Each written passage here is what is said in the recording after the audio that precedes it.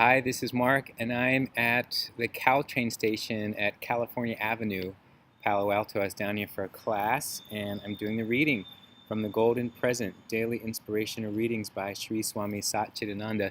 And I've got to do this because I have a train coming shortly, but I can get it in and complete it and still make the train. At least that's my hope. So we'll see what happens. The topic for October 19th is the true chief administrator is God. Know that you are being guided by God. Whatever situation is presented to you is presented by God. You should realize that. You may have a parent, a boss, someone who is in charge of you, but the chief administrator is God and no other authority. Do not worry about administrators or outside authorities. Just do your job as well as you can. Don't be afraid of losing your job or of anyone or anything. To have a calm and serene mind, you must put complete trust in God. God has brought you this far, and the same God will guide you continuously. If worldly administrators don't appreciate you, don't worry. The chief administrator will put you somewhere else. Remember, we are serving Him. All the rest is secondary. That confidence alone will help you. When you do things with total faith, total confidence, even the ordinary administrators will recognize and appreciate it. They will hesitate to interfere in your work. They will be afraid of you. Let them see your faith and the courage based on that faith in your actions. You can do that only if you develop total, implicit faith in that guidance.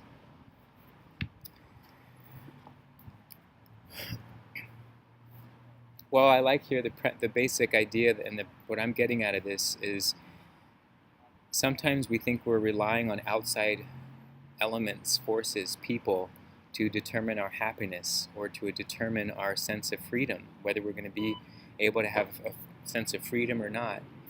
And the outside things that govern us have a certain power, but they can't take away that part of us that is established in faith, in the ability to have peace from within, happiness that's within.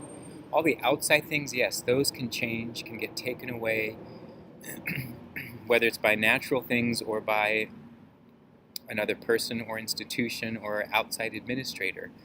And that's a lot of what yoga is about, recognizing that all the stuff in the outside world will always change. We cannot rely on that for our happiness, for our peace. Sometimes, in a way, we can't even rely on that to understand what is true.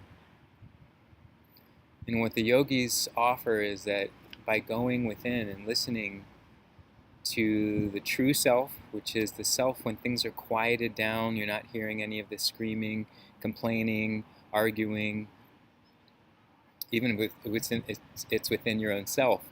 But all of that gets to calm down, and then the true self is just there with all the thoughts, with all the ideas that help keep a sense of balance and peaceful nature. But what does seem to happen in our material world is all these outside things tend to operate in this realm of duality, where it just constantly goes back and forth and in and out and up and down and all around, and we ride the waves with that. We expect those things to eventually reach a place of calm and peace, but it won't happen unless we develop that in ourselves first and know what that is deeply and truly for ourselves. Then we can start to see that on the outside. That's what I feel like I've learned from a lot of the yogic teachings. So do we just let this higher authority? Do we feel like it's going to do the thing that lifts us up out of bed and gets us to work? And we still have to take initiative, but we can do it from a place where we feel like we've been able to clear the mind enough, calm the mind enough that we can hear what that is. We're not feeling like we're doing it based off of pain, fear, and misery, but we do it from another place. And I think that will resonate, that will create a ripple effect that others can feel that and feel that truth, moving through them. So rather than point the fingers anywhere, decide someone should or shouldn't be doing something out in the outside world, because there's a lot of that could be done, I could do. But I feel like what's useful is to kind of look inward and point the finger inside. Where am I creating disruption and disharmony and dis-ease in my life? And where can I help bring balance? And what can I do?